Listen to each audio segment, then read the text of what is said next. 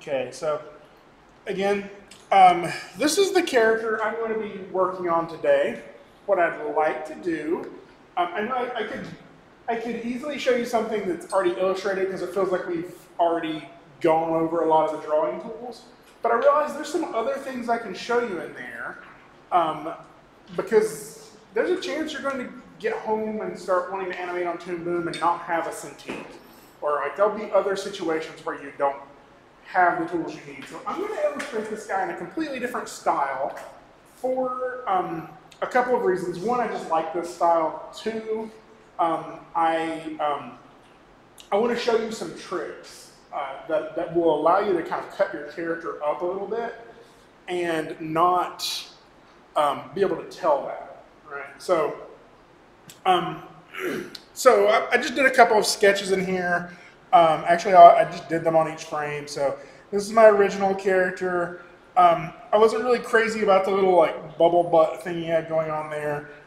Tried to just make him a little boxier again with something like this. Still felt a little wide, so I thinned him out a little bit. Kept pushing that. Wasn't as crazy about that one, so I think I want to stick with this one. Okay. So I just wanted to show you that this is sort of my way of concepting this out, just doing a handful of doodles. This is after doing some other little sketches on my tablet and stuff. So I wanted to go for something that was very geometric. I wanted to take almost the entire body and have that in like one mass, just because I think stylistically that gives us a lot of really interesting pose options. And I wanted some kind of longer legs that would be fun to animate. So I'm going to go ahead and show you how to block this character out in this new, it's not a new way, but it's a different style, right? Because so far everything we've done, we've been doing outlines, then filling those outlines, and then playing with like the line weight and everything like that. Not everything has to have lines, right? We can do our animation out of colored shapes as well. And so that's kind of how I'm going to work with this. Even though I have my line sketch here, when it's all said and done, there's not going to be any like pencil or ink lines in this. So I'm going to go ahead and make me a new drawing layer. I'll call this one Torso. And hit close. And just to make this easier on myself, I'm going to go ahead and delete all of these and extend this out a little bit. Now I know that's not the original, or this is not the drawing I wanted to use. So like I showed you in the library, I can change that from that exposure to the one I wanted to use, which was this one, right? And so now he's in there. All of those drawings I just wiped out of the timeline. They still exist. They're just, in a different exposure of that. So I'm going to start drawing on my torso. Again, we've been doing a lot of this stuff with the pen, and I'm going to keep using the pen just because I'm really used to it in this program. But not everything has to be freehand drawn. Like, how many of you have used Illustrator before? Right? Like, this can be nice in there, but a lot of times you're just like clicking and drawing stuff with Bezier handles and stuff like that. So I'm going to show you that we can kind of do that in here too. There's all of these line, rectangle, ellipse, polyline tools. I'm just going to create a quick rectangle on this line. Just going to drag it in here, kind of get this box, right? Now, just so we can see this, I'm going to color that box something different. You'll notice that I have a whole bunch of different colors in my color palette here. Don't sweat that too much right now. I'll explain that here in a minute. I'm going to make it blue just so we can see it. So just to kind of show you, like this is the move tool, right? And if I select this, I can move the entire box, or I can skew it. I can do some basic scaling stuff, right? But it's kind of going to affect the entire object, right? And actually, that skew was pretty handy. I could use that to get something like this and this. So we're getting closer, right? But if I go to this tool, this is our contour editor. This has some this is more like the individual tangents, right? Like we can see that this is made up out of 4 points. And I can pretty quickly just sort of line those up with the corners of my character, right? However, the cool part about this is that I don't actually have to click on the points in order to edit this. If I go out here in the middle of this line and click, I can start warping that line just automatically, right? So I can slowly start getting a little bit of this shape that I want. Right? Now, if I want a little bit more detail in there, if I hold down Control, that'll let me add a new point. And if I hold down Alt, what does that do? Oh, that grabs the whole thing. So yeah, so when I did that, now I have that extra point, and it gives me a little bit more detail where I can get like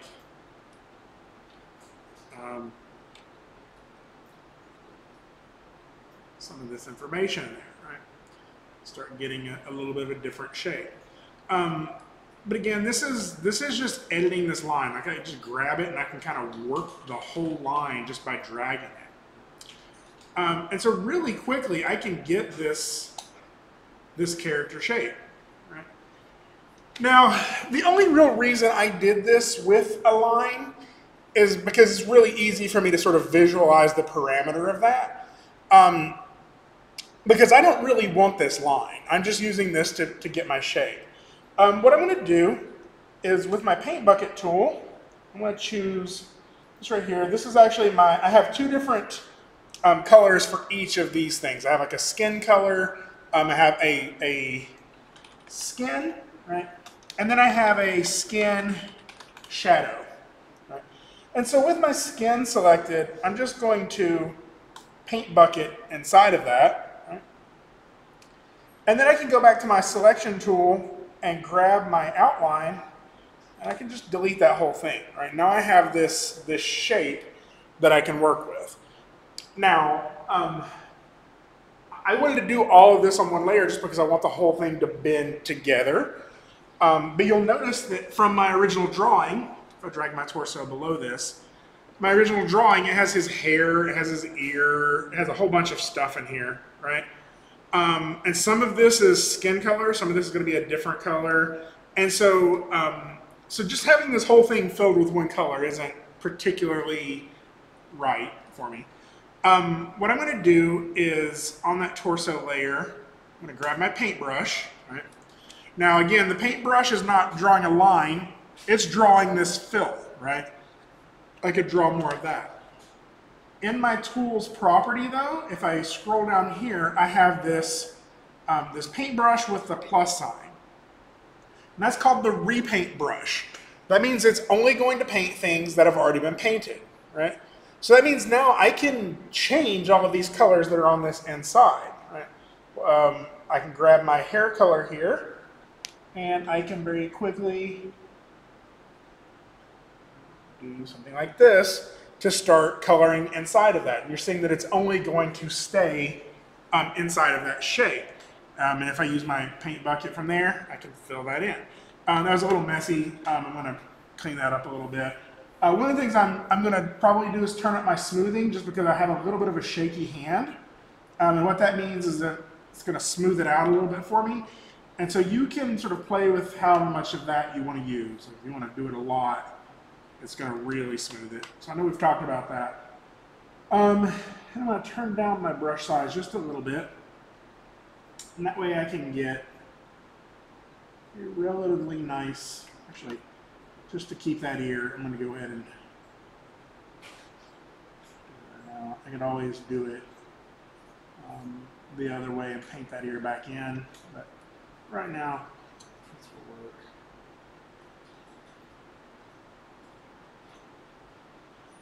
And again, since that's an entirely enclosed area now, I could just use my paint bucket to fill in the rest of that. Right? Sort of the same with the shirt. Right? I did this blue shirt, but I'm going to change that. I think I'm going to do blue for the pants and red for the shirt. So yeah, let's go ahead and use this red here for the shirt color.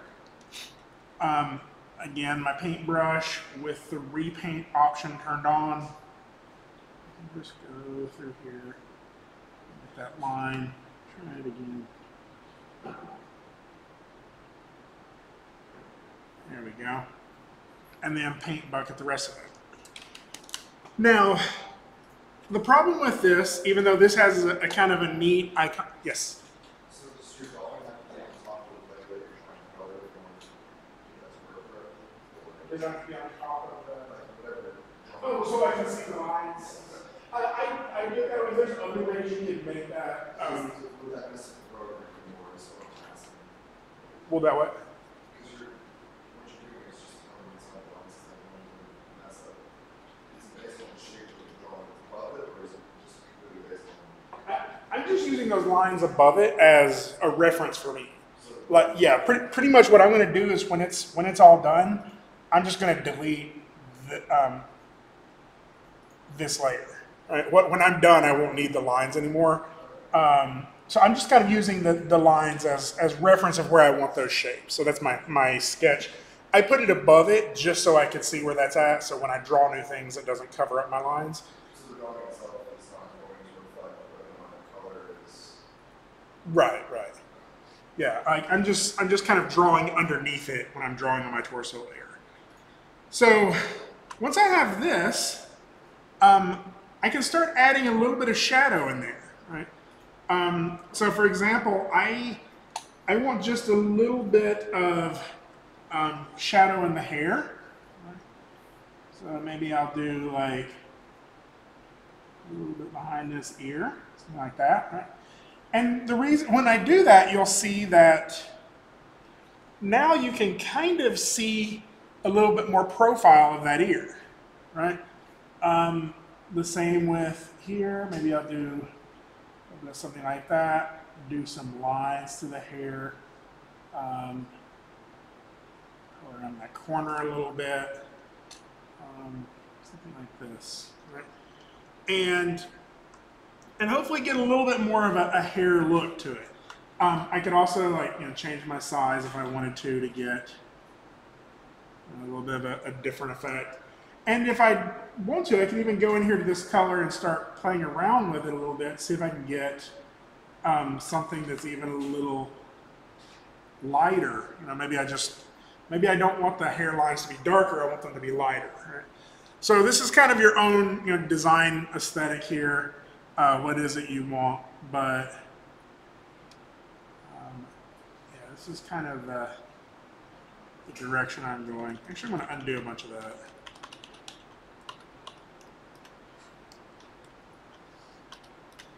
I do like that lighter line.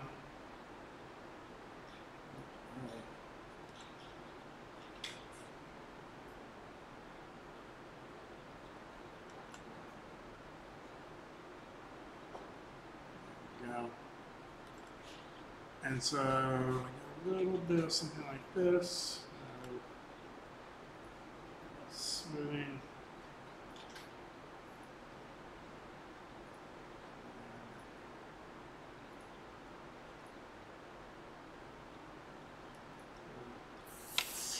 Not like those last three.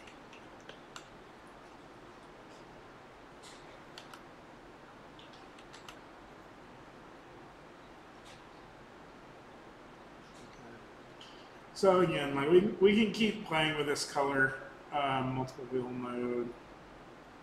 I want it to be just very faintly different. Something like that. Okay. For the skin though, I already have my skin color that I filled in there, but I'm not gonna have any lines on this, right? So if I get rid of these lines, none of that face information is there anymore, right? I'll probably, the eyes, the eyebrows, the mouth, those will be separate layers, but I still want some of this ear information to be in there, right? So I'm gonna go to this skin shadow, and then I'm gonna spend a little bit of time just sort of showing where some of those darker areas are. Right? I just give my character just a little bit of some shadow shadow definition just to bring out those shapes, right?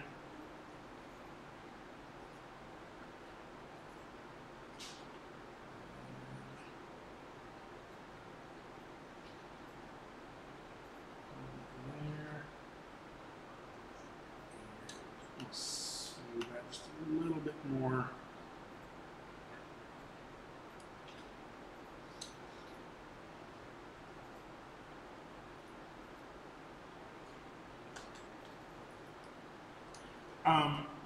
Something else that can probably help put a little bit of shadow under the eyebrow, but keep in mind, I don't have to put all of this shadow on this layer. Later I could put some of those shadows on the eyebrow if I wanted to. I definitely want something that's going to show where his nose is. A little bit of something like that.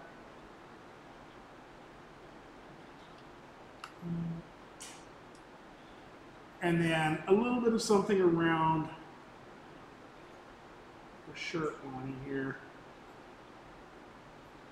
Give him an implied shadow from that shirt. If I wanted to, I could also do like a little bit of a shading down this way here to kind of give him something like that. Oh, that's a little much. What about this? And so now when I turn off my drawing layer, some of that detail is starting to pop out a little bit again, right? Okay. So I'm just going to take some time now and just sort of, finish up some more stuff on the character. Again, I can get him a darker red. Go in here and just use this to kind of define the shapes, right? Do I want shadow on his back? Maybe a shadow along the bottom here. I could round this if I wanted to. So all of these things are design decisions for you to make. Like, you don't have to do it any specific way. I want to imply a little bit of a wrinkle in the shirt or whatever I can. I don't know if I really like that. So all of these things are going to let me get a little bit of information in here in terms of volume on my character. Now, I'm going to start layering all of these other things in a little bit at a time, right? So I need a layer for my eyes. In fact, I'm probably going to do one for each eye and one for each eyeball, like the actual circle in the middle of the eye that'll move around. And so I can keep doing this in the same method. I'll make a new layer.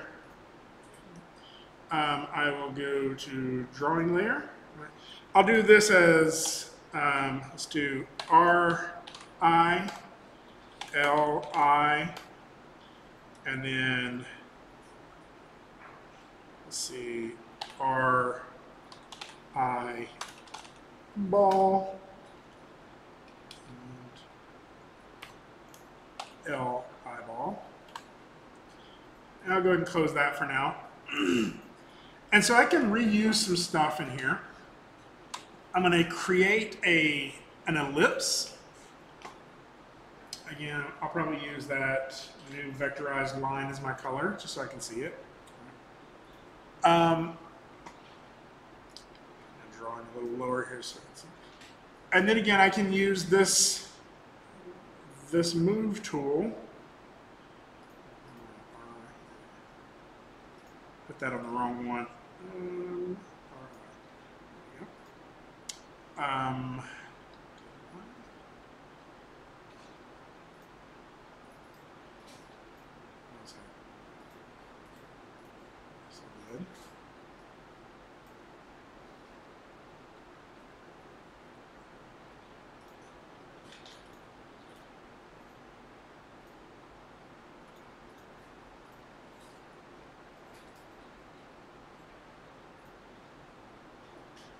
There we go. And so I can quickly start like reshaping this eye. Again, if you want to get some more detail in there, sometimes you can just click and move it and it'll add the points where you need it. But if it doesn't, it's going to try to keep it as simple as possible. You can always hold down Alt, no, sorry, Control, and add a new point and then manipulate that around however you need to. And we can also get our tangents out here if we need to adjust them. So again, I don't need this shape, or I don't need this line, I just need this shape. So I'm going to use my paint bucket tool with white selected, and I'll fill in that eye. And I can delete the outline, right? I can do the same thing again, like if I wanted to grab this entire circle, I can edit that with the shape tool just as well. I'll select the entire thing. I'm going to hit, actually I'm going to select it with object mode.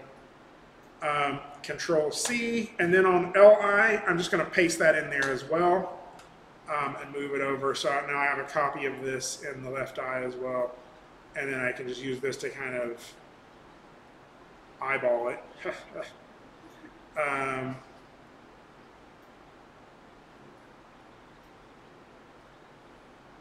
But again, because I want this left eye to be behind the right eye, I'll just drag that a little lower. We'll have to do some changes to that anyway.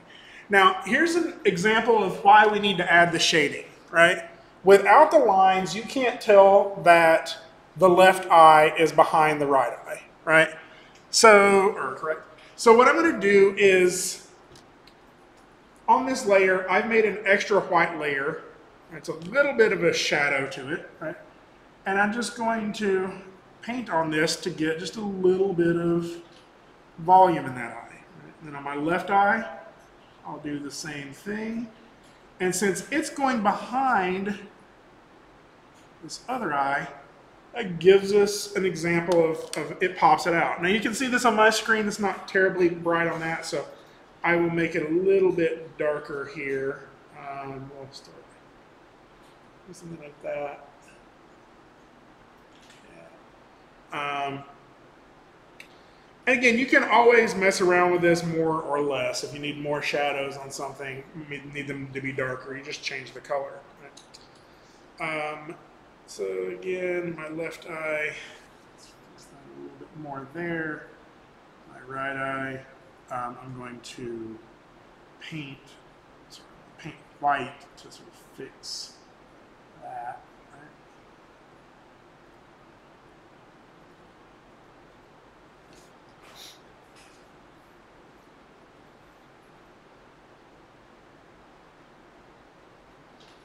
Okay.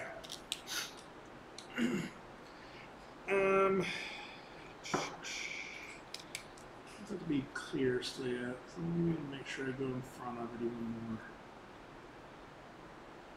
I feel like that's just looking a little too dark on my screen.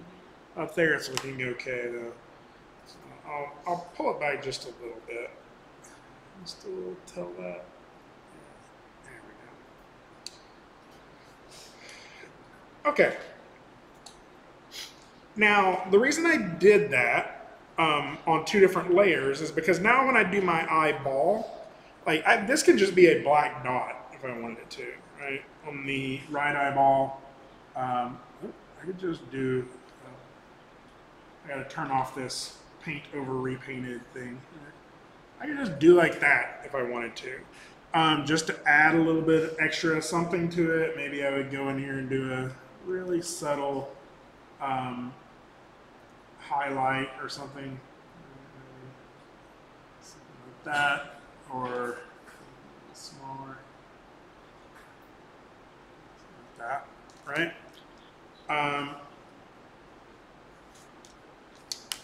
But now that I have that, I can just grab that whole thing, Control C, and I'll go ahead and paste that in the left eye too, Control V. Now the reason I wanted to do that though is because if I grab both of these eye layers when it's time to animate them and I start moving them, I want this eyeball to go behind this eyeball, right? So let me move my pivot point over to here so you can see And just by doing that, I can get some very simple motion, but that goes over top, right? So if I have this left eyeball behind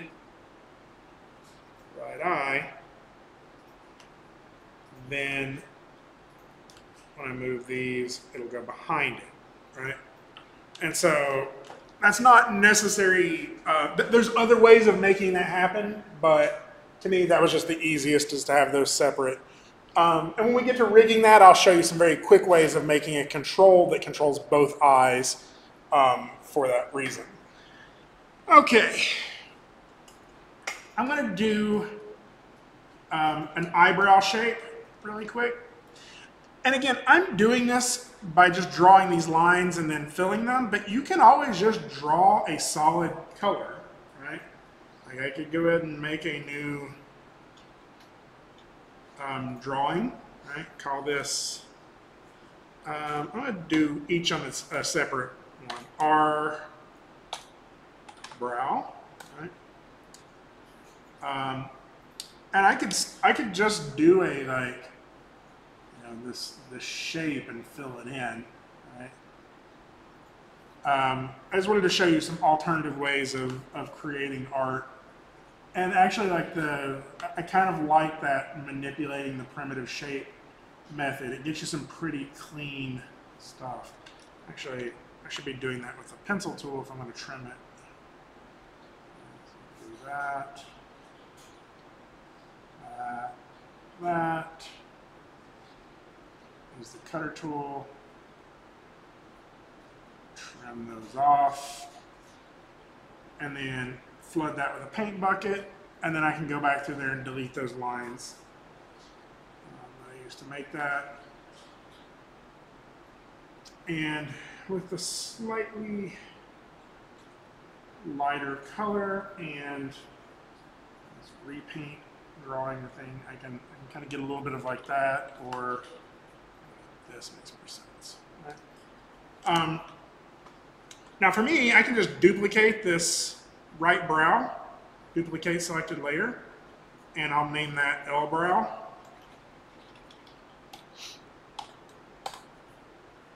And I am going to select all of that and then just scale that over to the other side.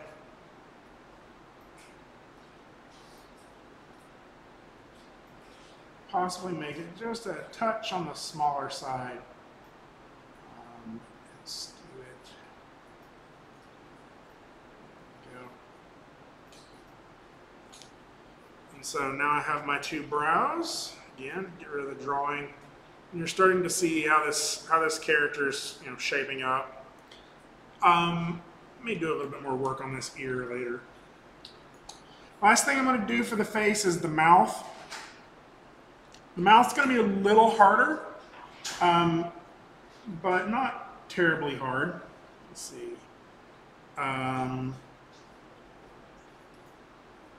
Drawing. So, mouth.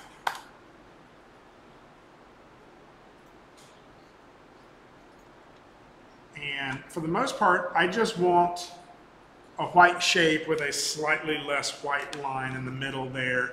And then maybe a little skin color underneath that to get some shadow right here. Right. So my pencil, I'll kind of get these lines.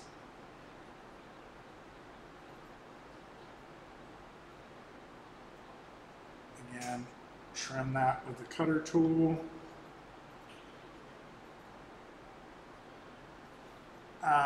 And then fill that white, right? And then I can go back, select these lines,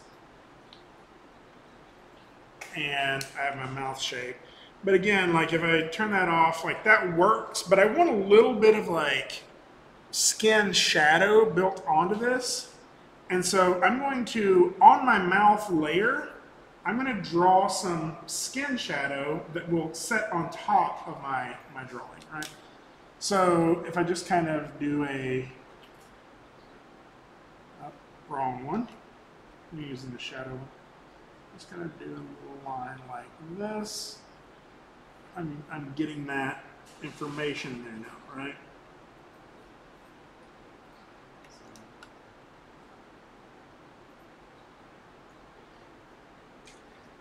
And on the center of the teeth, like having a little bit of line in there where you can just kind of see where the teeth are. Over that. So this is what I'm coming up with, and I think it works okay. We can keep adding additional layers, playing around with this however you want to. Some interesting things we can do here is like our eyebrows. If we want our eyebrows to cast a shadow on the skin below it, we can do that just by adding that shadow to the eyebrow layer, right? So for example,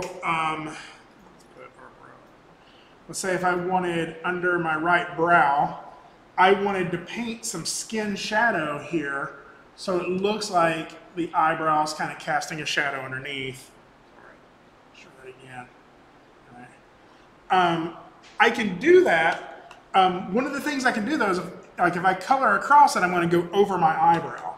So I've been doing all of this on my line layer, and the reason for that is so I can still have a layer below that to play around with if I wanted to. So I could go down here to my layer below that and just kind of color in some shadow there. Make that a little smaller.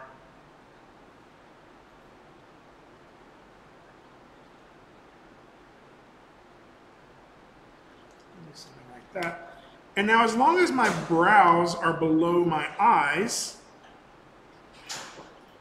you'll see that when, that's probably a little too much, when I move that eyebrow layer, right, this our brow, when I move that, that shadow is going to go with it. Right? So you can do some, like, I'll probably do a softer variation of that. So let's go ahead and put that down there. Got my color layer. And I'll just erase a bunch of that. I really just want something like that. Right? And so now my eyebrow is kind of casting a little bit of shadow on the skin. I could do the same thing over here if I wanted to on my left brow. It's interesting though because it's going to be above the skin there. So there's some stuff we can do with that. I'm not going to worry about it just yet. But I'll do a little bit of something like this and then just sort of trim it up a little bit.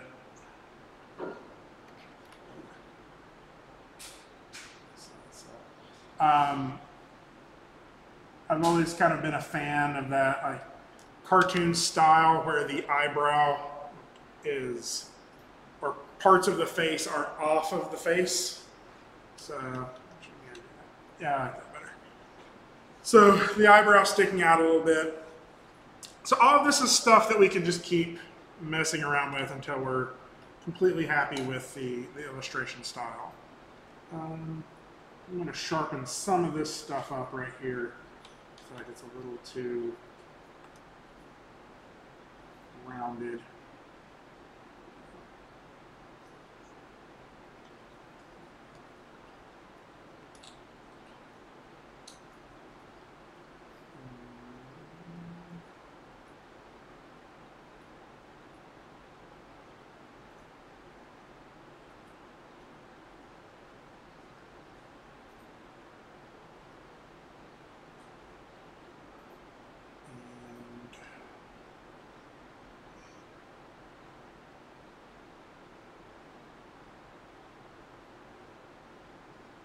Okay. I'm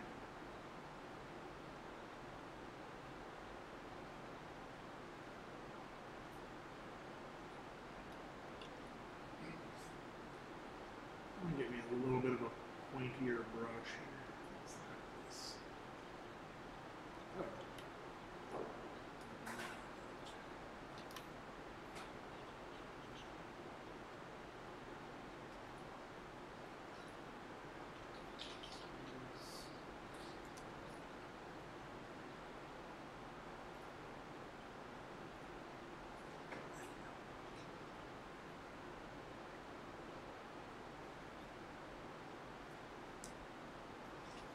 Okay. So again, all this sort of broken up onto the correct layers. Um, get our drawing back here. So I'm going to do a couple of different things. I'm going to do the hand and arm and shoulder all as one drawing, and then I'm going to do the leg as 3 drawings. And so I'll show you why, but I think this will help in terms of this style. This actually works pretty well. So just because you've already seen me do a lot of this, I'll hold off on the arm. Let's go ahead and make these legs really quick. I'll make one of them, that I can duplicate it and use it for the other. So I'll make 3 new drawings. We'll call this our up leg, our low leg, and our foot. So for the up leg, I'll do it first. Again, I'm just going to do that box thing, right? Create a rectangle. I'll start up here underneath the character, extend this down, and then just kind of work with this to get it to the right shape. Let's see, where do I want that to be? So maybe something like this. I'll go ahead and fill bucket that. I need to be doing that with the other skin. And then delete the edges. There we go. So now I have my upper leg. I need to be doing this with the blue anyway. I don't know what I'm thinking. All right. And to do the lower leg, I'll just duplicate that piece. Control C, and paint that in the lower leg, move that down, and then just manipulate this until it lines up, right? Now, this is a pretty neat way of handling this. So I want to get this really close, maybe let it overlap just a little bit. But then what I'm going to do is on each of these pieces, let me hide it so you can see, I'm going to go in here to my select tool, right? And I'm just going to make this arc up a little bit, right? Something like that. A little bit rounded, round it here a little bit, right? And then the same with the lower leg. I'll do something similar with it. Right? And so I know this seems kind of strange, but what we've done now is we've built some overlap in this. So when our character rotates, we won't notice a seam, right? So if I rotate my character's lower leg now, let me go ahead and move my pivot point over here to a place where it makes sense. Put my pivot point right there. If I rotate this lower leg, it's not the right place, actually. Like this, so I can see it a little bit better. Yeah. Let's grab these points, move them down. Yeah, so I'm just going to kind of get them to rotate or overlap just enough there, right? There we go. Move that pivot point down to there. So now when I rotate, like we're going to keep a relatively clean seam. I have to kind of work around with it and find the right pivot point for this. But on the surface, it doesn't actually look like 2 pieces, right? And so this is one of the little kind of tricks you can do on this to help make this seem a little less broken, a little bit less like a rig and a little bit more like a something organic.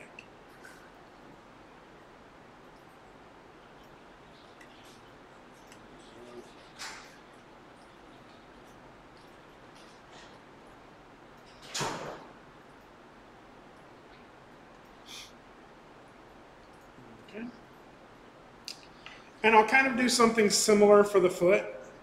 Again, we have this poly line tool, which will just allow us to draw the lines we want. So you're always welcome to use that too. I can do that here, make it a little smaller, and go, nope, I need to do this on the foot layer. Click. Click.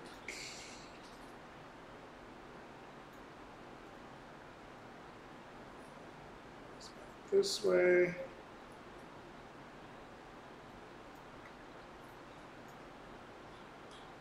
And finally,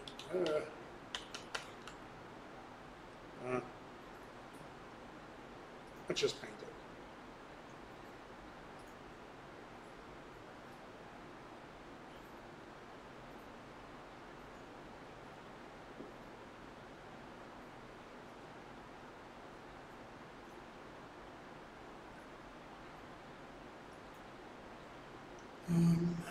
Fill that with, fill all that with black and that. And then if I want to use my eraser to clean some of this up, I can.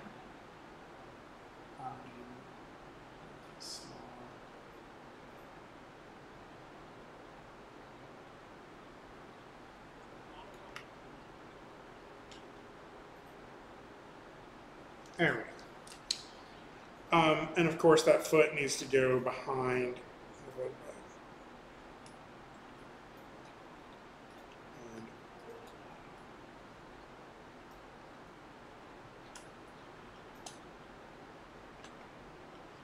I'm actually just going to duplicate this entire foot. So all these layers, right click, duplicate selected layers, and I'll just rename those to left.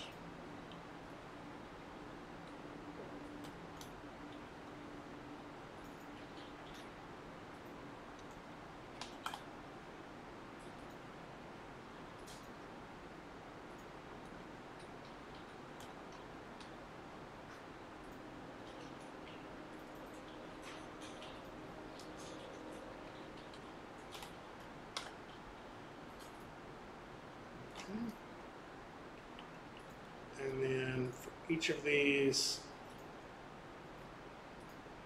select the drawing, move it over here and realign it.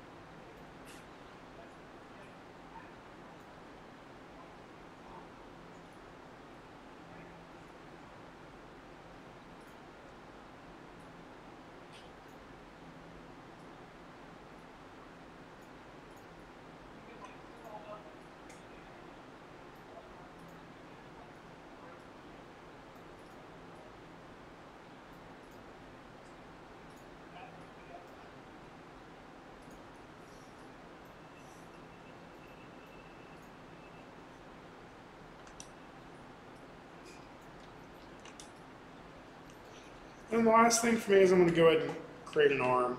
I'm going to do one for each side, but right now I'll just do one mirrored across.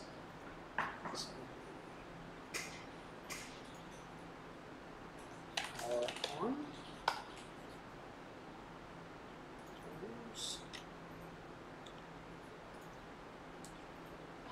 And that one was a pretty easy shape.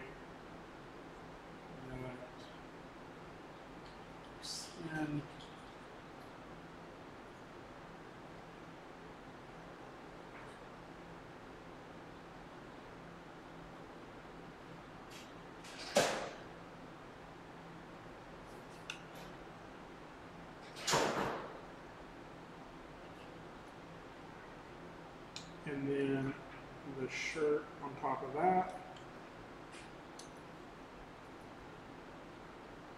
And I'll do it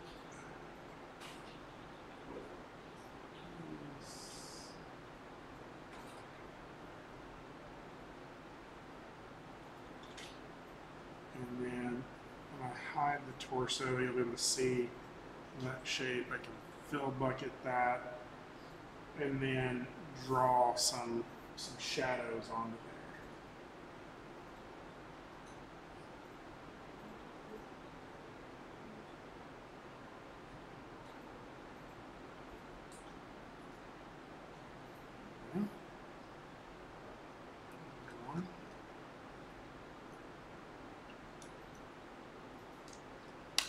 And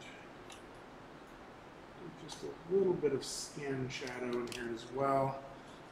Just a little bit of something there for the thumb. Maybe something here for the, not that as much.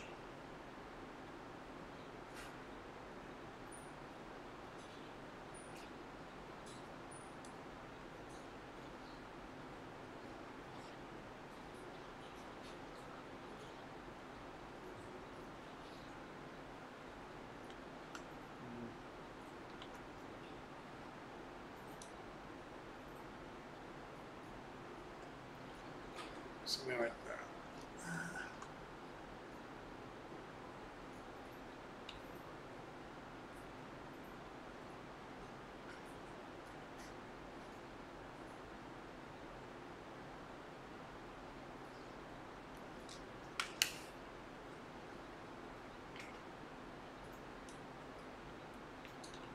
Okay. So, in terms of the character, I think I'm done. So I'm going to go ahead and save this as a new version.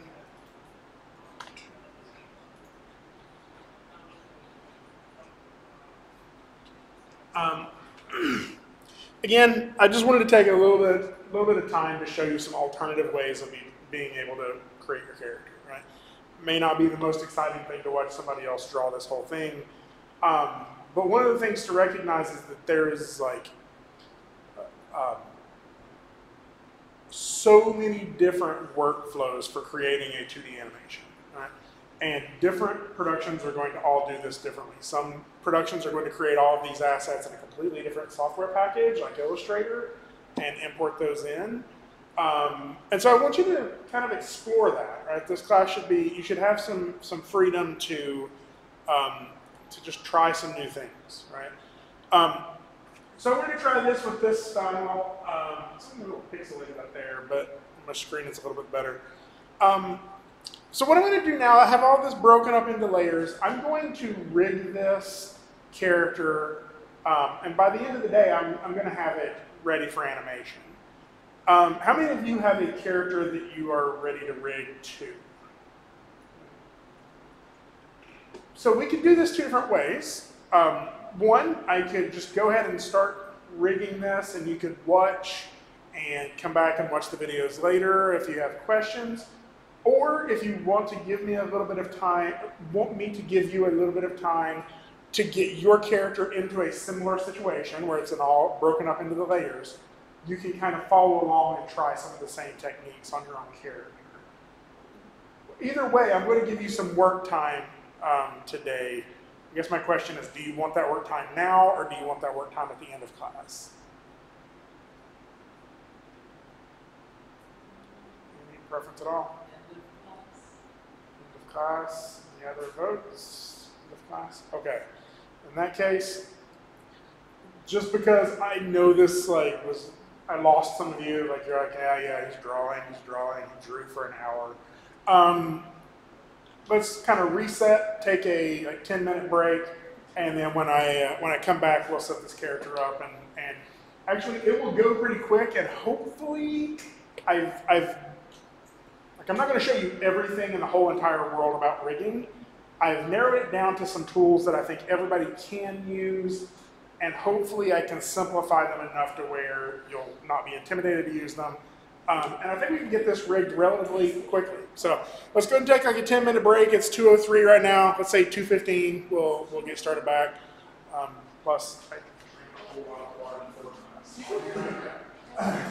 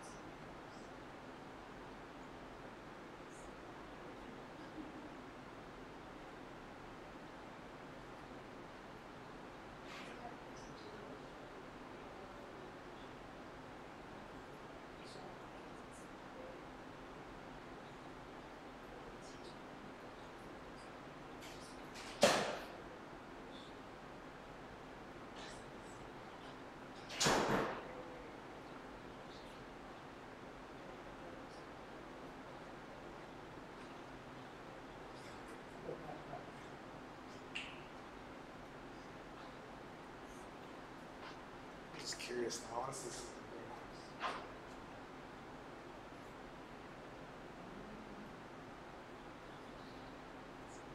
Well, there's a sloth unicorn.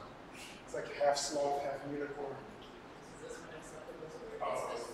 My wife loves penguins. Actually, for pre-innovation next semester, I have a penguin room. Yes.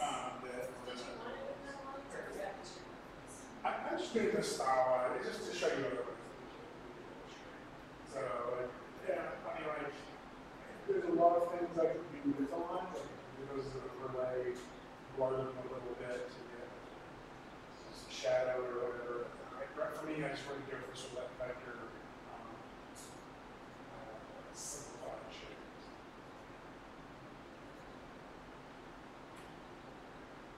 But you do it how you want. Well, there's this stuff, you don't have to use this style for.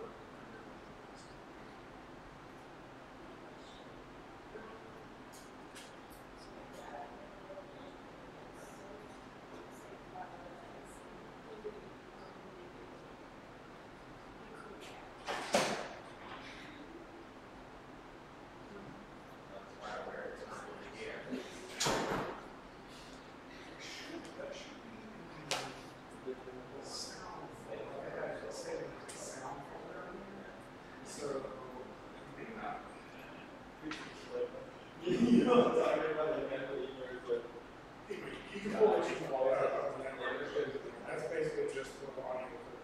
So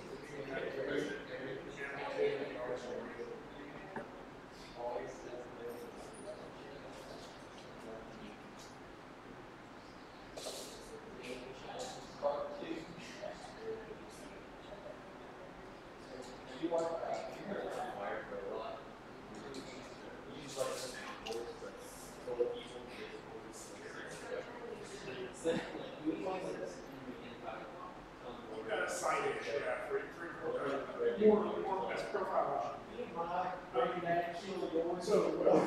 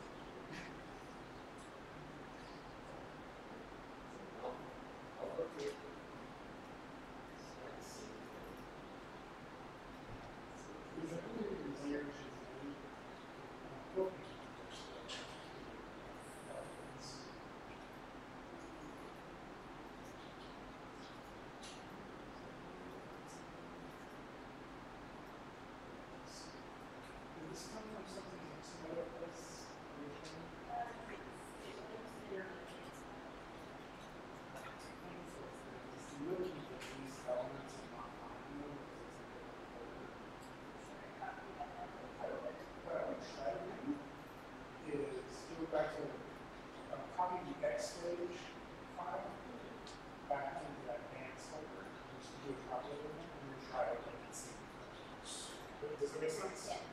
So I think what it's doing is it's looking within that folder structure for those elements, and since it's on in a new folder, it's creating all nodes for it that it can't find the elements. It's still fixable, and it's still imported drawing from the time we have to, but this will not go fixed if this works.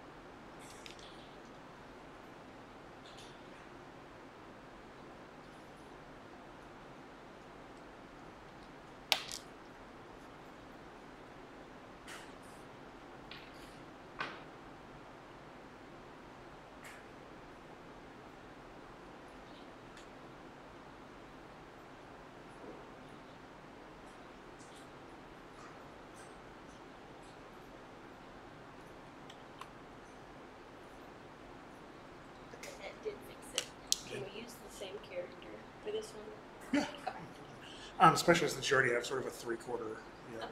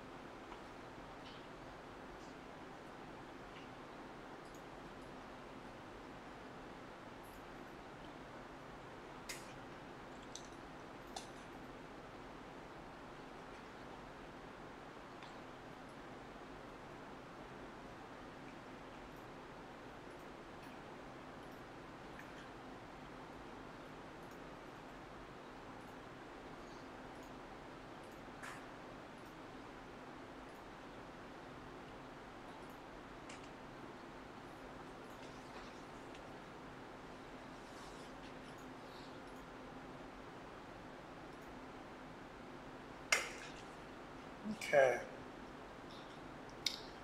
So I think everybody's probably back now. So we're going to go through, I know I kind of dived in pretty quickly yesterday in the node view or the node editor. How many of you feel like that's still not making sense, like the node editor? Okay. I want to, that's what I want to make better today. But I don't know how you learn best. So you are going to have to make the decisions on that. You probably don't learn best by working on something else while I talk, right? You should kind of be actively trying some of this stuff, or maybe you work best, or maybe you learn best by taking notes while it's going on. Maybe like as I show you tools, you go in and try that yourself, or maybe you try to follow along. Either way, if something's not clear, you need to stop me. You need to ask questions. It's completely acceptable if you want to not sit in front of your computer, if you want to scoot up to the front and just watch. That way this can be a conversation. However works best for you. But if there's something I'm saying that's not making sense, like stop me, slow me down, ask questions. So you adjust for that, okay? What I'm going to do is I'm going to set this character up to be able to be animated. The first thing for us to remember is that he's broken up into a lot of different layers, right? And like he is completely animatable right now, right? I can manually move every one of these layers wherever I need to, right? It's just not optimized for animation. When we rig something, when we're creating a rig, what we're doing is we're making the character, the object, whatever, we're making that thing more easier to manipulate for an animator, for somebody who's going to make it move. Maybe the same person, that may be you, that maybe you're handing it off to somebody else, right? If you're handing it off to somebody else, you don't know what they're going to try to do with it, right? So you kind of have to cover a little bit more ground. But if you know what you're going to do with it, like why, you don't have to rig for situations that are never going to happen, right? Like I don't have to have a version of this character where he spins all the way around 360 degrees if he's never going to do that in any of my animations, right? What I wanted to do today, or we'll probably do the walk cycle tomorrow. What I want him to do is be able to walk, right? And I want to be able to show that happening from, for the most part, a side view, right? And so I've set him up to where that makes the most amount of sense for me, right? He's not completely side. I wanted to show him a little bit of the face a little bit more clearly. But that means I need to think about when I start animating him, what am I going to need it to do, right? That's all rigging is it's preparing it for an animator to be able to make it come to life, right? So all of these things I'm showing you I'm just introducing you to all of the tools in the tool bag. Some of them you're gonna like, some of them you're gonna be like, I hate that, I don't ever want to use that. And some of you are gonna come out of this week being like, I'm never rigging anything, I'm only ever doing frame by frame animation. That's fine. Like that, there is no like answer, or there's no like standard for that. You do what you want to do. Each job will require a different skill set though. So so what I want is a walk cycle. I want him to be able to move his eyes. I want him to move his eyebrows. I may have him do some form of mouth motion later. So I've broken the mouth apart into a different layer. But the biggest thing I want from him is I need his arms to swing, I need his legs to sort of kick underneath him, and I need, I kind of want his torso to be, right? One of the reasons I made him like this is because I wanted one elongated piece for a torso, right? Now let me show you, this isn't me starting the rig yet, but let me show you kind of why I wanted that is basically just because it looks cool. If I go in here and grab his torso, right, let me hide those line drawings. grab the torso, I can use those deformer tools that I showed you earlier, these rigging tools, right? So I'm going to click that. I'm going to use the joint tool option, right? I'll click my first button here. That's sort of his center of gravity, or center of gravity. I'll add a second one maybe right about here, right? And then maybe a third one up here at the top of his head. Right? I want the fall off to be kind of big, so I'll go ahead and drag this circle. And then I'm pretty much done with that. If I go to my move tool and start deforming this, I can do a lot with this single shape, right? Now his face isn't really following along with that, but if I wanted his face to follow along with that, I can add that to it, and that's something I'm going to be doing here in the next little while. But just with that one control now, look at all of the different body poses I can get this character into, right? Let me hide all this stuff just so you can see it a little bit better. Right, with this one tool, I can move them all over the place, right? I can do a lot of squash and stretch with them. Sorry, don't do that. So this is where rigging becomes really handy, right?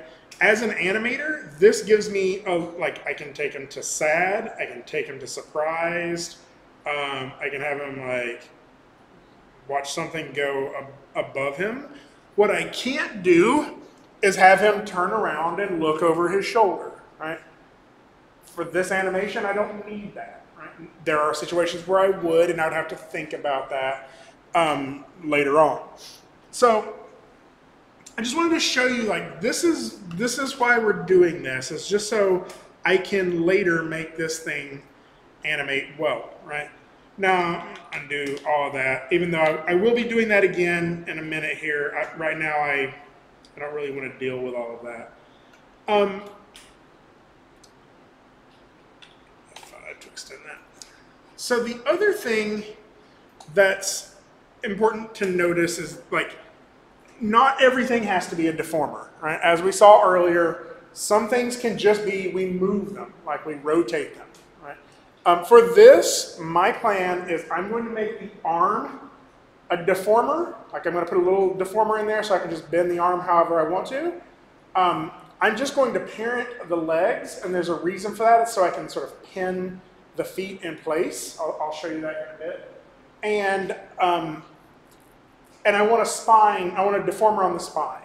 Everything else, if I need more information on there, I want to be able to move it, or I want to be able to like redraw frames, right? So for the eyes, when I want the eyes to blink, I'll probably just draw completely new frames for each of those like lids, right? For like the lid blinks.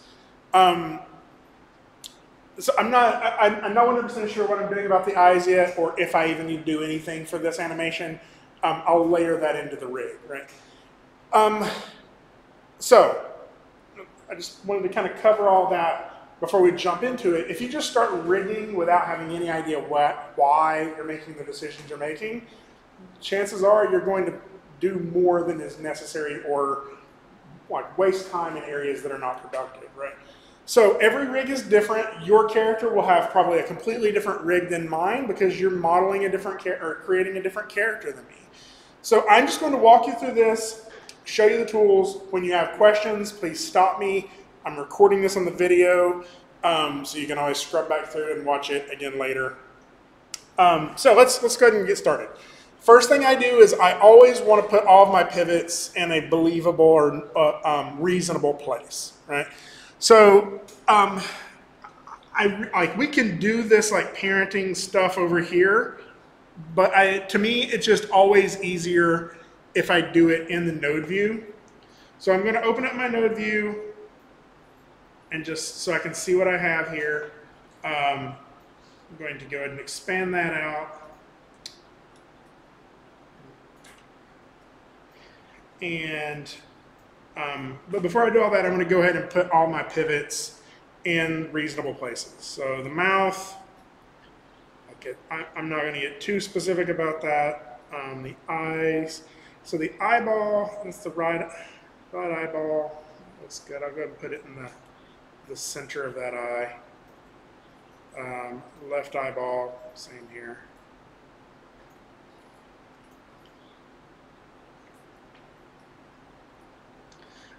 There's a lot of ways of doing this, and each of them will change a slightly different kind of pivot.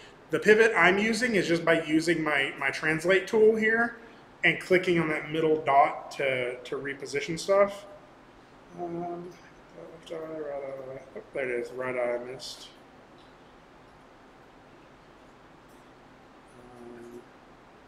No. Left eyeball, got that. Left eye. Right brow.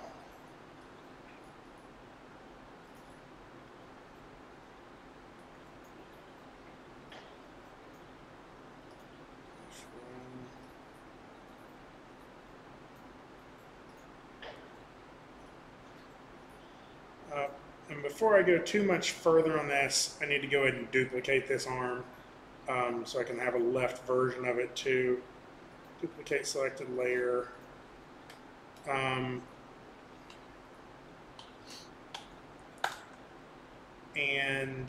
let's just grab all of those elements on that. And I'm just going to push that to the background by taking that below the torso.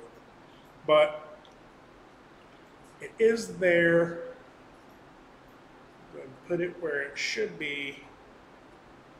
Something like that. Right, so it's back there. We just aren't going to see it all the time. And I do want to go ahead and put a pivot in there for it. I'll go ahead and hide my torso while I do that just so I can see it. I have a feeling I'm not going to need to use that too much because of the way the character is built. Right leg. Okay, so this is one where I need to pay some attention here, right? So I need to see that when I rotate this, I'm getting a pretty smooth, clear bend there, right? So that one's good. I'd already kind of positioned some of these. Low leg. So that one's in the wrong spot. Put that there.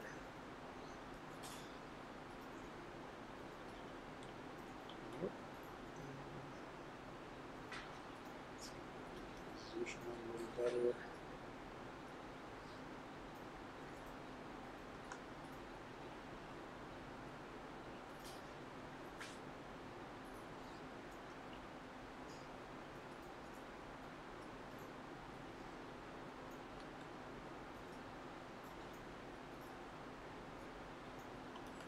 It still needs to go down just a little bit more.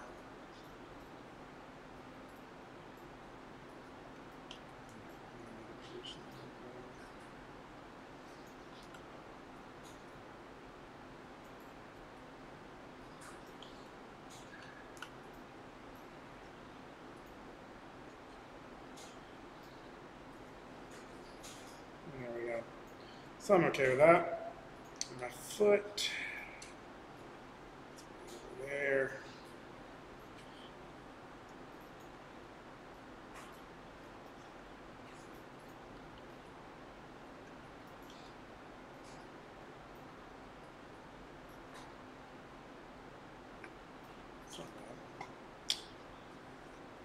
Up leg.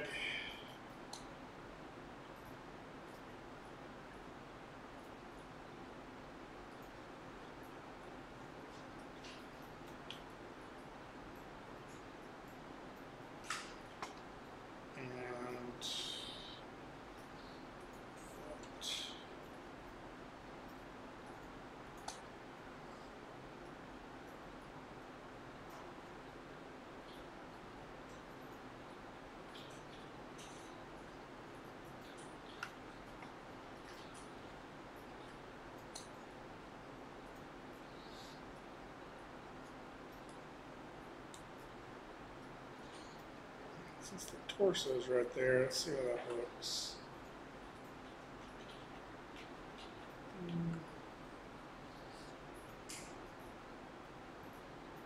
Feels better.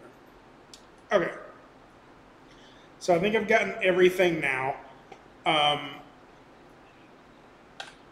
So I'll go ahead and save this again. Again, file, save as new version in class 3.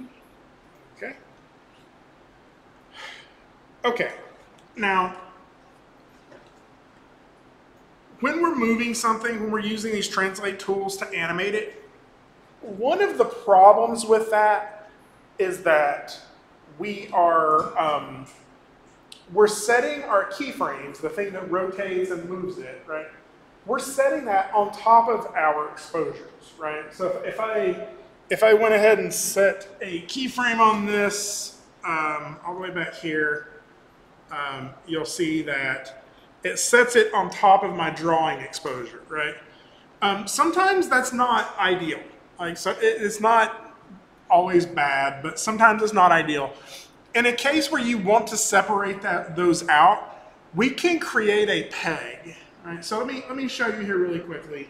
I don't really need to do that with a lot of this stuff, but I'm going to organize my scene here where I can see it a little better. So torso over here. Okay, now go right low leg. Let's sort of drag this off a little bit more.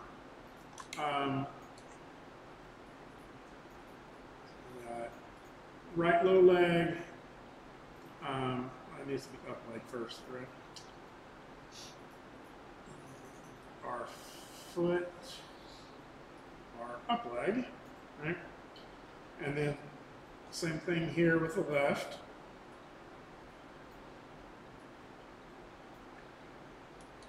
I got my left arm, my right arm, and then almost all of this stuff here, actually, yeah, all of this stuff here is my my face stuff, right? So I can pull that way up here at the top.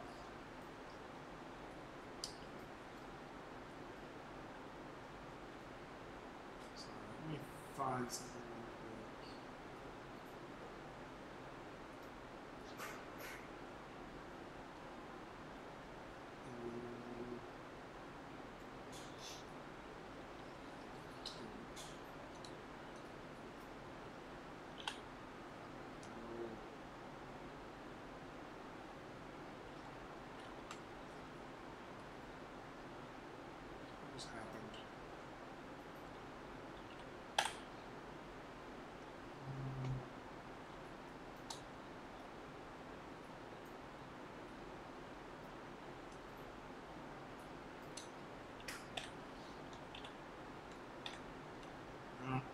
It's not Control G.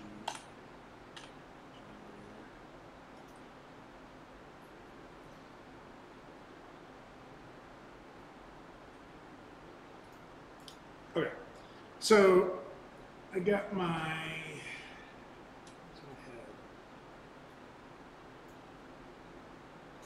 Oh, I don't need a head. It's all part of the torso. So all of this stuff is the face stuff. So I got my right eye ball and my right eye. Right? At the mouth, you got the left eyeball, the left eye.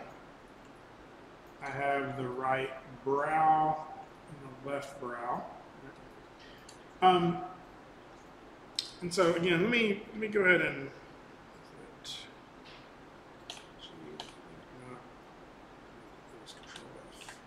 there we go. So just so you can see this a little more clearly, I wanted to show you this. So again, all of this stuff up here, it's all of the face stuff. This is the body, the torso that has everything on it, right? And then I have my arms off here to the side. I'm sorry, there's my torso, that's my mouth.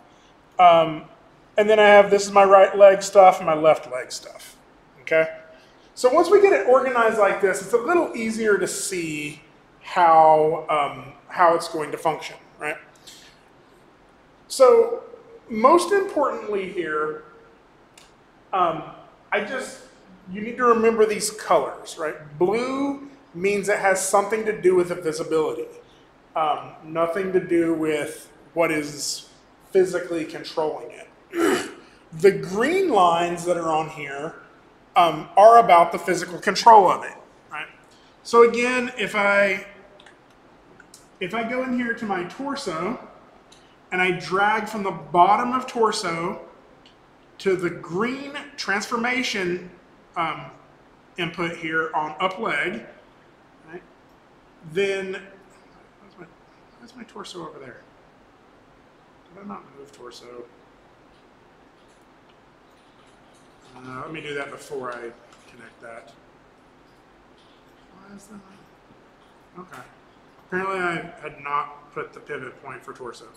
So grab from the bottom of torso, drag it into the top of up leg. And so now torso will control the upper leg. Why did it disappear?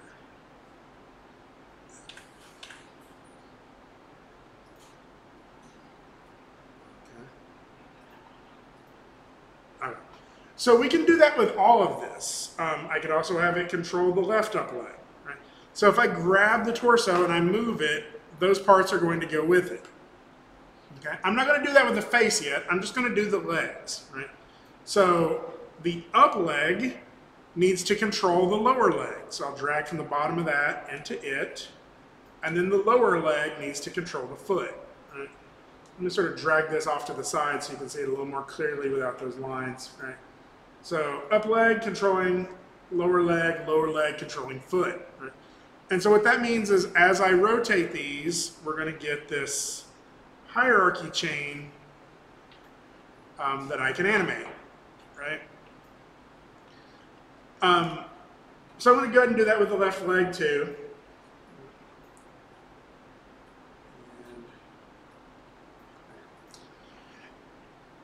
So again, I move my torso, and all of the legs go with me. I rotate the torso, all of that goes with me. Okay? I'm going to hide the rest of this stuff for right now, just so we can talk about the legs. As it is right now, if I go to my IK tool and select my torso, you'll see the entire chain here, right? And as I showed you earlier, I should be able to just rotate these. Now, if I click it, and like it may fight me a little bit. If it does, just hold down the Alt key. That kind of breaks it away, right? And I can very quickly start to sort of put these into place. The thing you'll notice is the very end, I have this one really weird long one, right?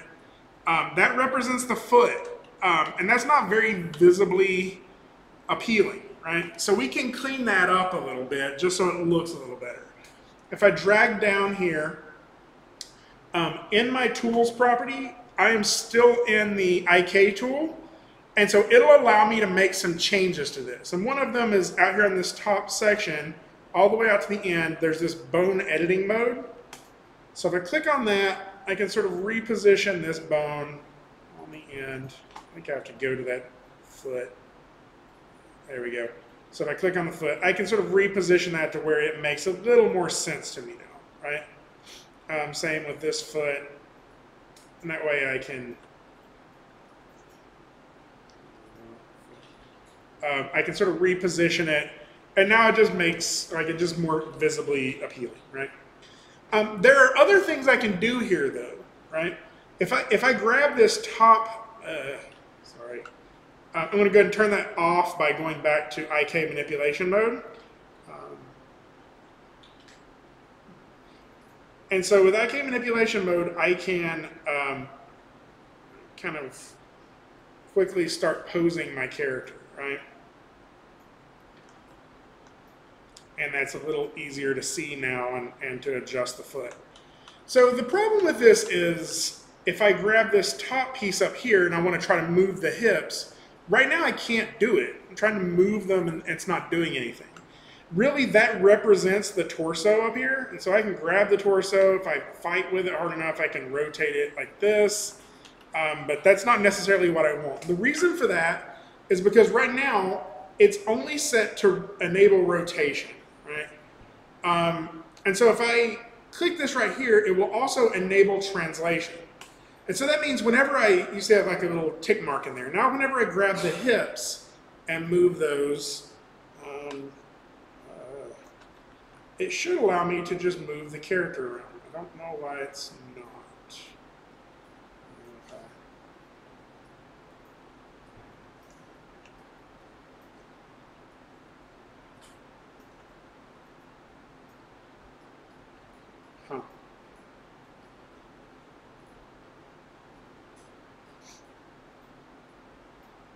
Okay. Well, let's not sweat that right now. I can still get that just by moving it with this mode. Right? So one of the things I want, though, is I want to be able to pin the end of that IK in place. Right? I want to be able to grab this foot, undo a lot of those keyframes. I have to apparently reposition that while not. Why do I have to be in animation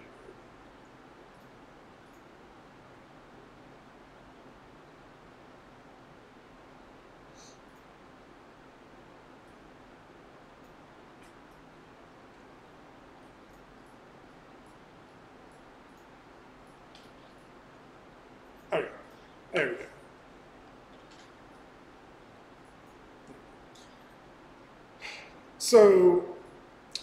So this is all set to go. Again, I can select whichever joints I want, and I can enable transforms on those. So if I wanted to select the up leg, enable transforms on that, I should be able to move that around. Why is that not letting me do that?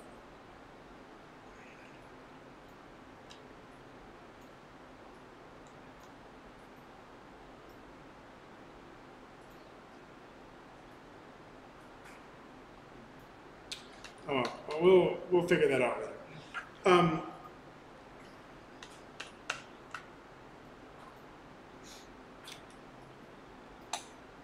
right. Well, we'll come back to that. So what we should have now is sort of our legs all rigged together, and we can animate this however we want to. What I'm going to do now is put that deformer in the spine. Okay, so this is a little different. Again, I'll go ahead and turn off the IK mode here, just go to regular mode. And I'm going to click this rigging tool with the torso layer selected. Right? And as I do this, I may...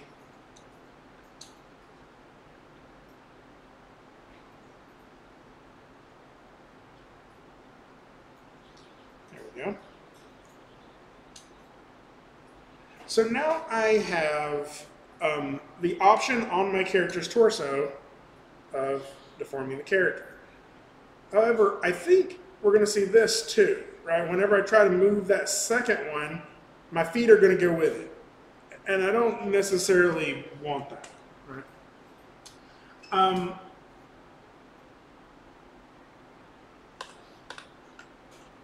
But right now, we're okay. I mean, we can use that if we want to.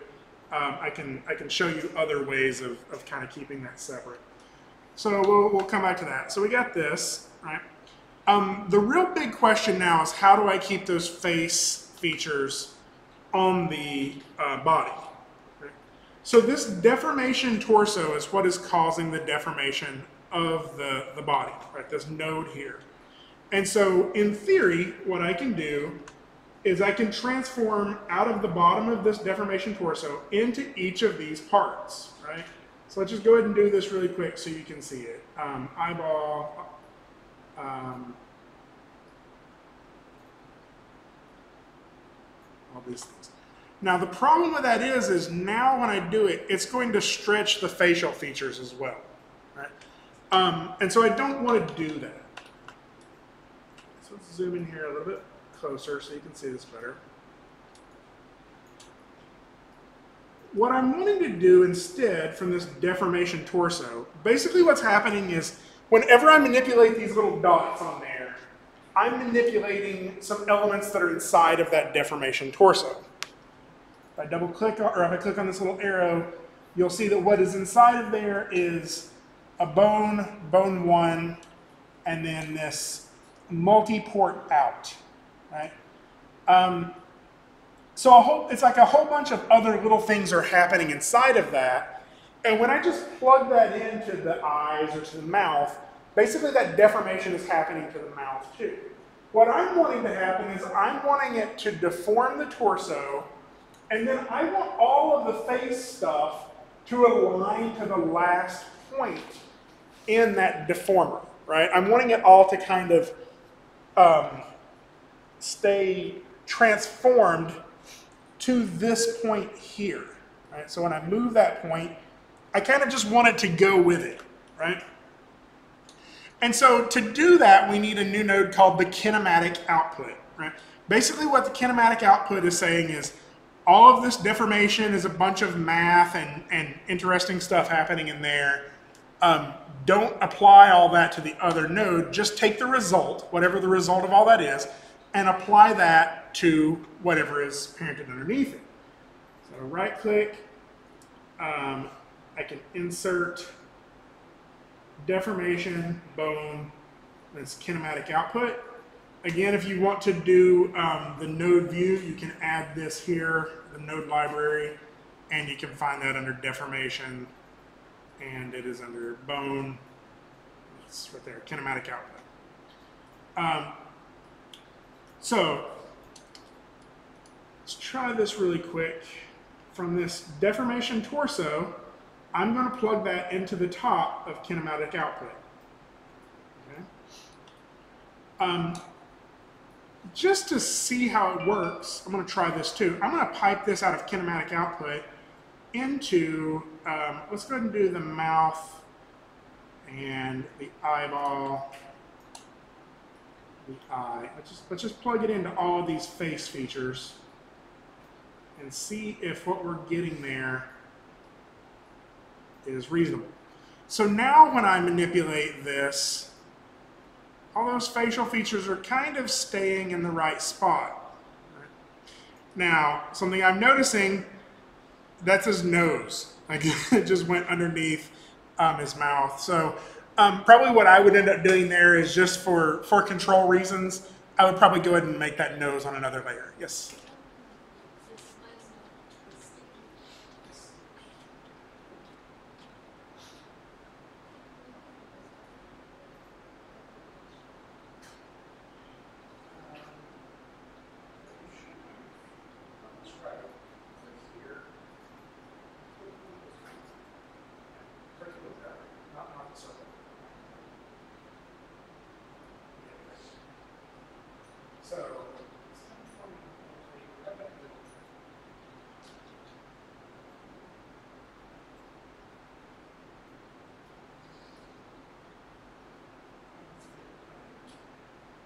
Go back and see how you do that. So,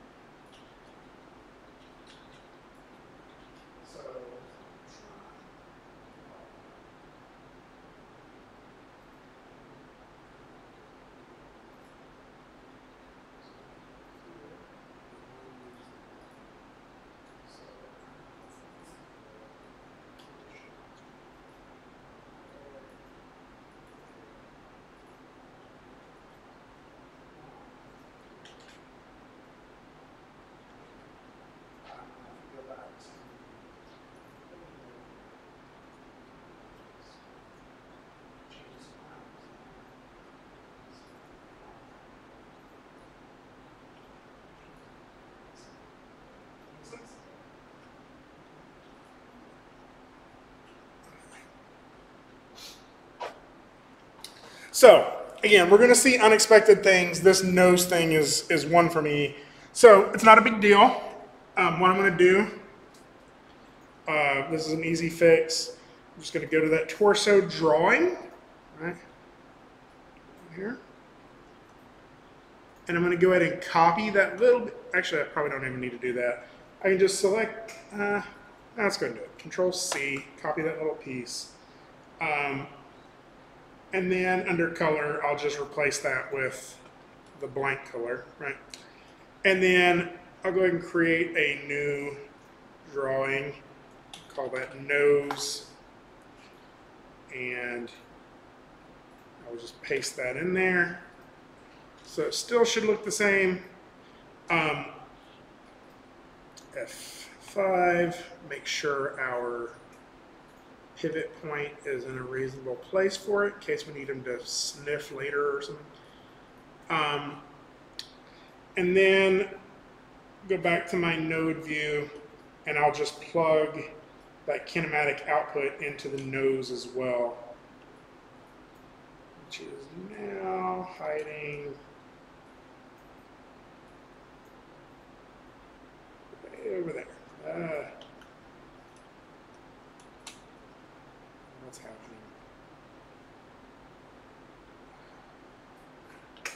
Please don't crash.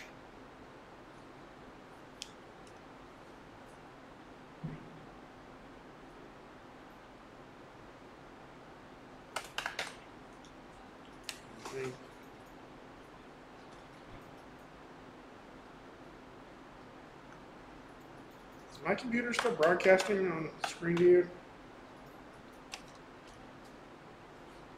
It is. Huh? Okay. Are you just seeing the same thing that's up here? Yeah, my mouse isn't working. What did I just do? Delete? Oh, cancel. Ah, there we go. It's Control Alt.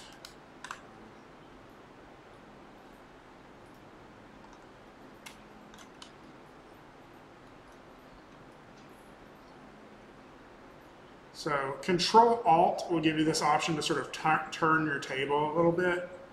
And I think it just sort of froze up there for some reason. All right, let's pull this nose over here.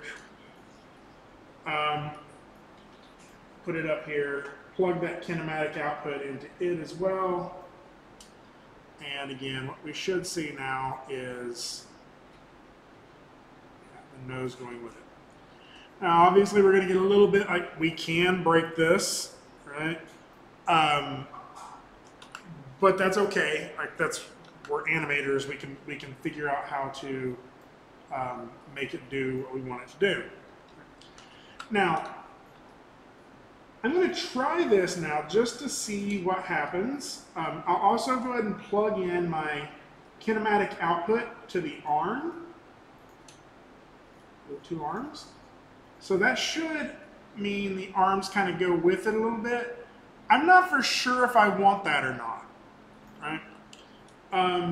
So I just wanted to test it to see. I also am curious what would happen if I plugged my kinematic output into the legs instead of my torso into the upper legs.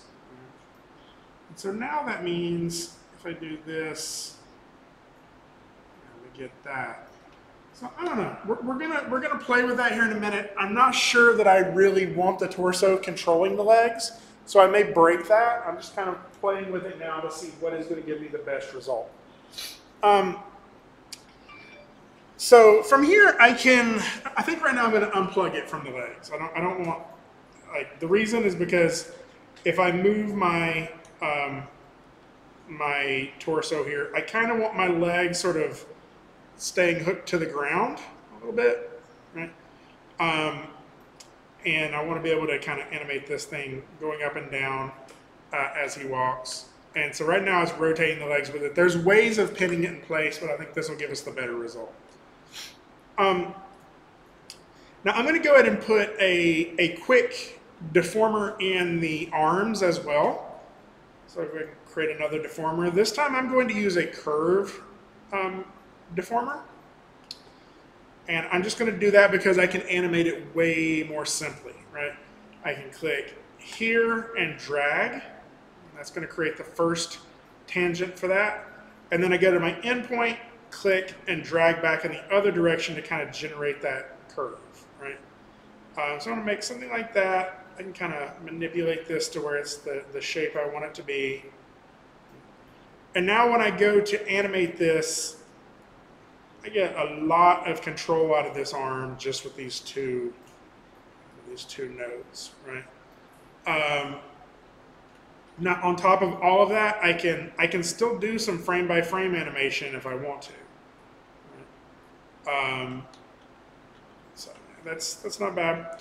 Now, the problem with that is I have this deformation R arm thing here, and so I need to plug my kinematic output into that as well.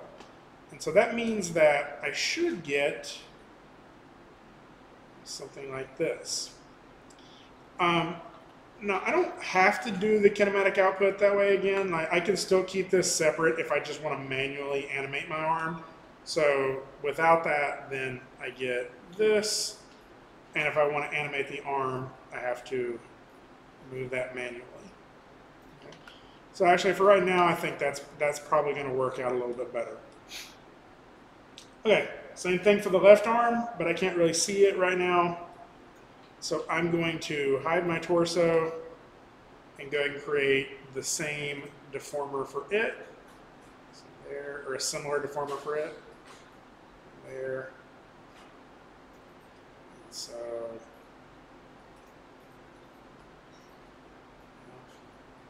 okay. So we should be able to get some pretty decent stuff like that. Okay, we're getting close. So the last thing I want to be able to do is I want to be able to control the eyes, the eyeballs, and the eyebrows together, but I also want to be able to control them individually, right? Like let's say I want to raise one character's eyebrow, I can, but for most of my animation, I just want to shift them both together. So I'm going to introduce you to the peg option. The peg option is kind of like if you're used to a 3D program, it's like a controller. Basically, it's just this group object that we can animate on that instead of the drawing itself. So what I can do is go ahead and grab all this face stuff. Actually, let's do that. Let's do it a section at a time. So we'll do our brows here, right? And so those are two different pieces, right? Two different drawings that make up that brow. I'm going to hit Control P. That'll give us a peg, okay? And I will call this.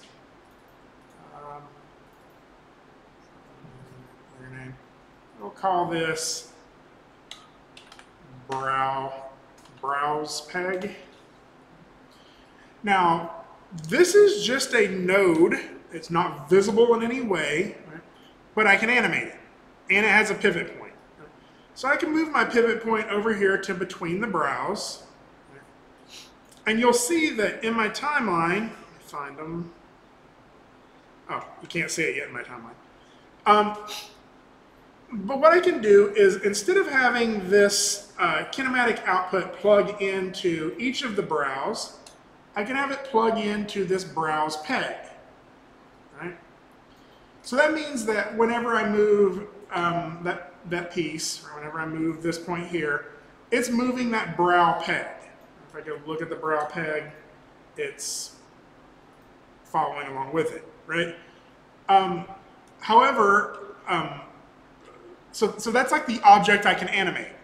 And then I can have that brow peg drive both of the brows. So what that means is whenever I'm ready to animate this brow peg right here, I can animate that and move both of the brows together, right? If I need to animate the brows individually, I can still grab those one at a time and push them together, right? If I want to do something like that. But at the same time, I can still go back to the brows peg and animate those together, right? So this is just a little bit of like simple control that I have now with this extra object. I like using that for the brows, and I like using it for our eyeballs, right? So I'm going to go ahead and pull those out a little bit just so I can look at those separately. Again, right now, kinematic output is plugging into those. I'm going to hit Control P, create a new peg. I'll call this eyeball peg. I will center that between the two eyes, something like that. And then I'll plug in that kinematic output to the top of the eye, and then I'll plug that peg into each of the eyeballs. Right? So what that means is now whenever I need my eyes to look around, I can just animate this one thing, and they'll do whatever I want them to do. Right? If I really wanted to, I could even sort of squash them, you know, or just make the entire thing bigger. Right? But all of those keyframes are going to be on this eyeball peg. And what I want you to notice is that that eyeball peg doesn't have any exposures on it. See where I have it selected in the timeline?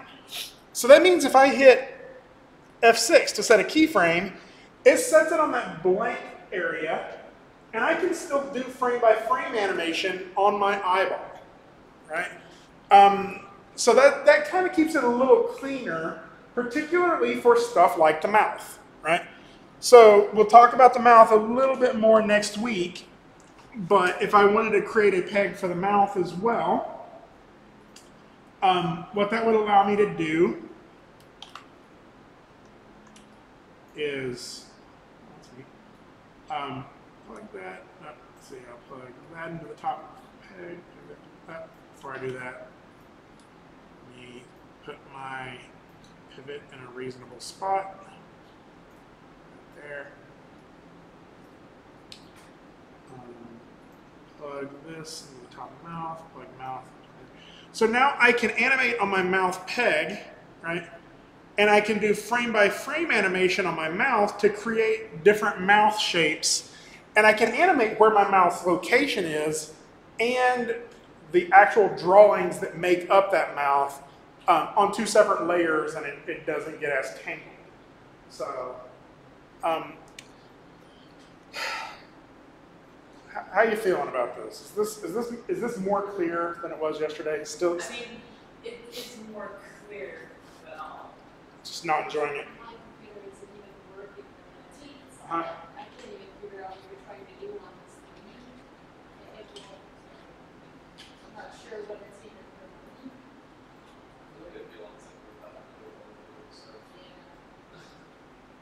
Like it opens the I don't know what this is doing. No, that's right. So when you move this copies, the one at the top.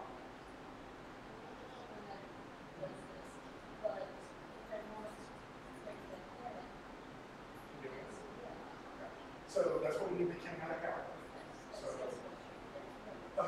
So let me show you all that one again. To get the kinematic output, we just need a new node, right?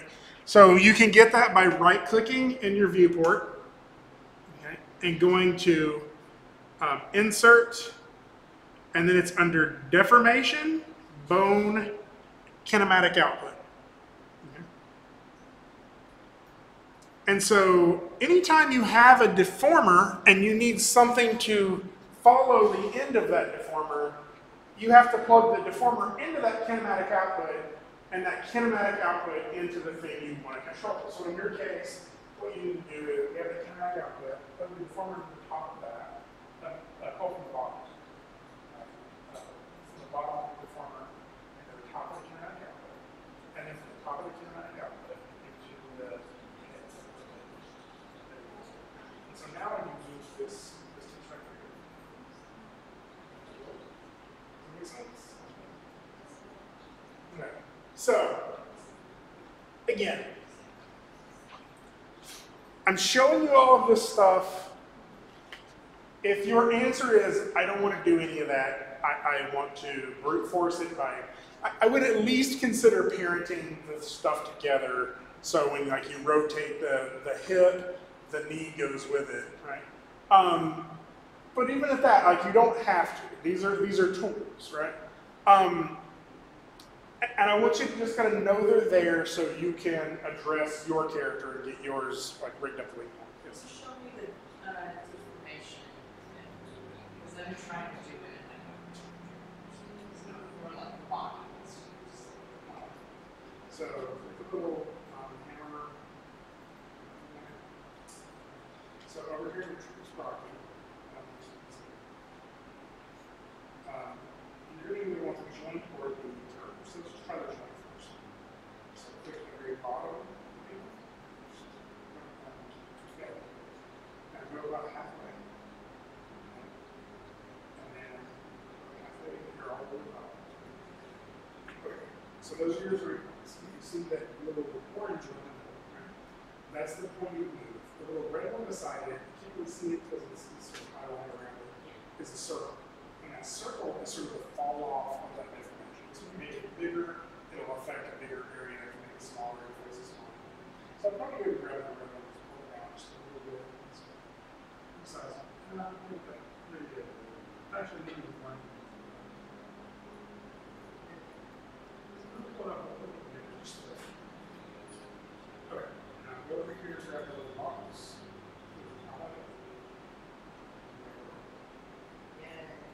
Alright. So what you have in that node view now is that deformation chain. And so if you want those facial features to follow it, you just need the kinematic output node, and you put the bottom deformation chains into the kinematic output, and then the kinematic output into the next thing. Yes.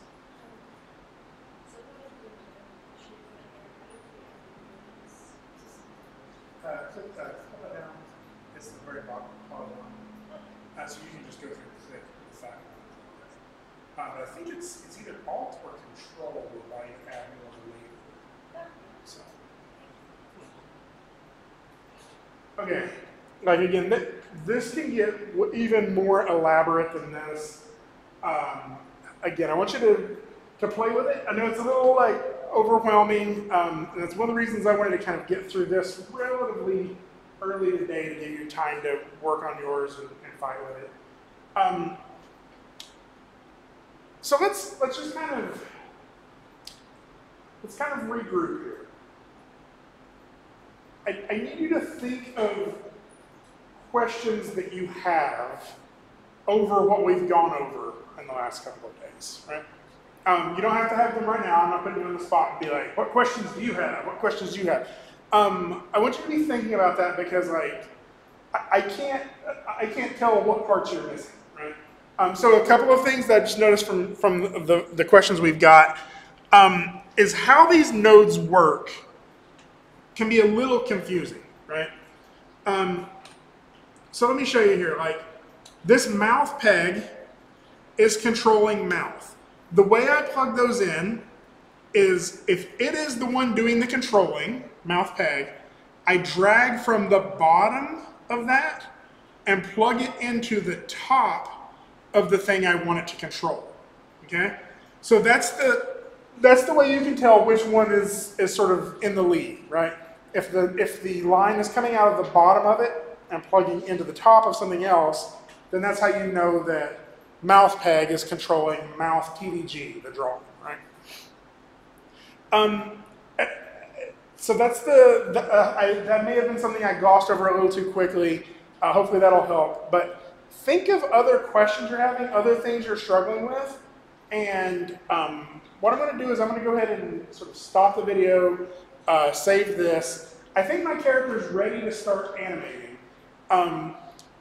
Next class period, I would like to animate a walk cycle, so I'd like to give you time to kind of get your character ready in case you want to follow along with the walk cycle. I think I could animate mine like this. There's also some other things I could still continue to work on the character that would make it work a little bit better. I may tinker on that a little bit, but more than likely this is, you know, do you spend more time rigging or do you spend more time fighting with the animation? It's kind of a judgment call depending on what you're wanting to do. So the biggest thing is I'd like to give you time today to be working on this, to be trying some of this stuff. Even if it's just like you want to pause, open up a new project and start playing with the tools to see how they work, right? Because I'd like to be able to answer those questions as you have them, right? So again, any questions overall that you want to ask, like, for everybody? Okay, then I'm going to go ahead and stop the video, go ahead and save this, close it down, and then sort of walk around and help you as you have your own issues. So let me go ahead and save it.